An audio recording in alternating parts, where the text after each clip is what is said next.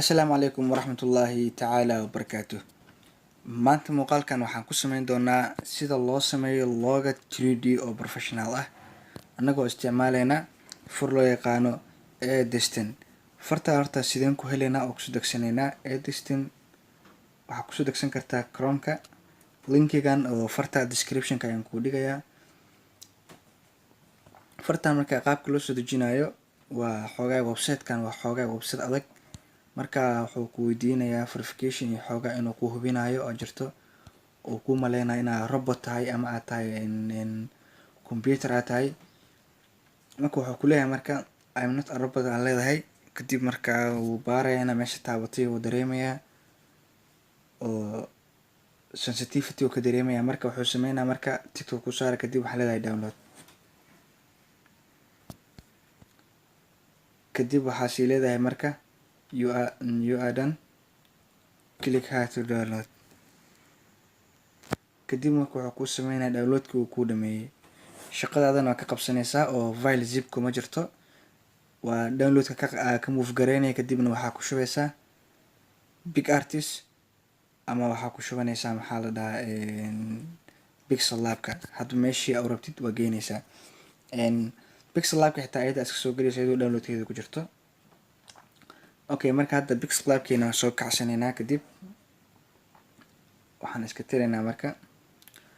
Okay, kadib waxaan sameynaynaa color aan soo dooranaynaa kaasoo ah colorka markaad u baahannahay.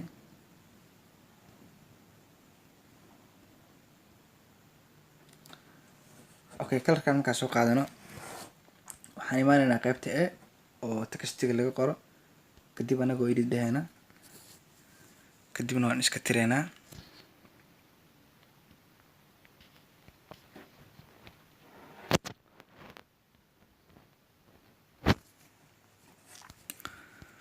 kadib waxaan sameynaa colorka iska bedelno. Colorka waan iska bedelnay kadib qaybta fontiska my fontis fartii aan soo download gareynay waa tanaa way ku jirtaa ujeedaa.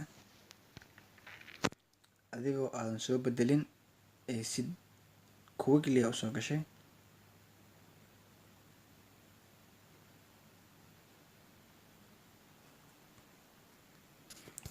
Okay, kadib waxaa tagtaa 3D text adigoo furanaya kadibna meeshaan ka dhigaya 6.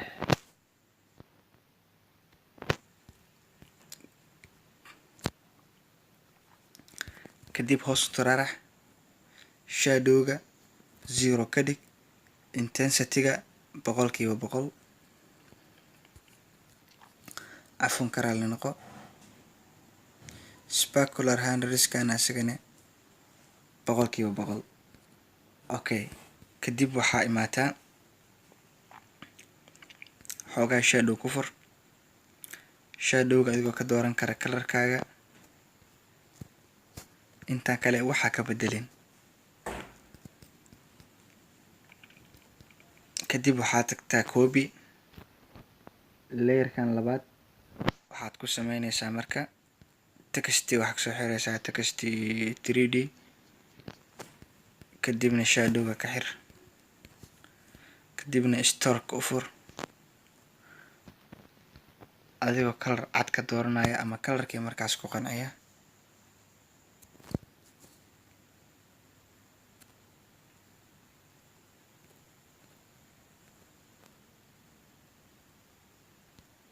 kana sidoo kale lambar 7 ayaa ugu la fiican yahay.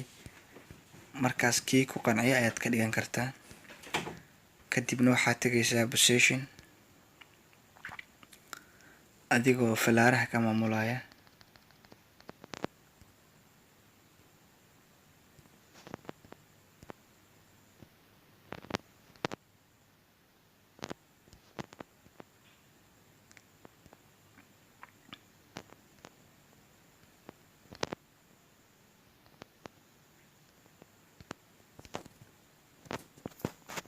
Okay, waan ku dhameynay hadda qaybtan. kadibna qaybta text noo soo door adigoo edit dhahaya.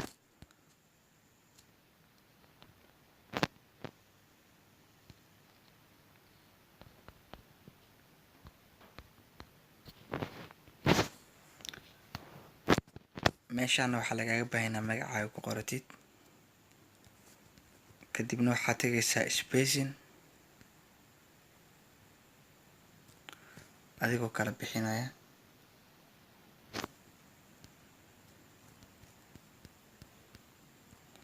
text size-ne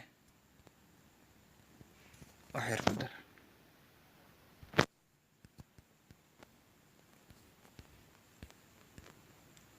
kalarkana black ku dooro, waa adiga iyo dooqaaga. kadib save as image, formatkiisa png,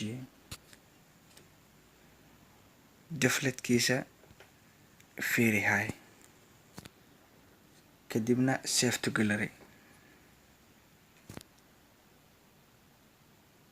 halkan waxaan kusoo gabagabeynayaa muuqaalkii aan ku sameynaynay logo professional oo 3D ah adigoo isticmaalaya far aad la soo degtay iyo pixel lab.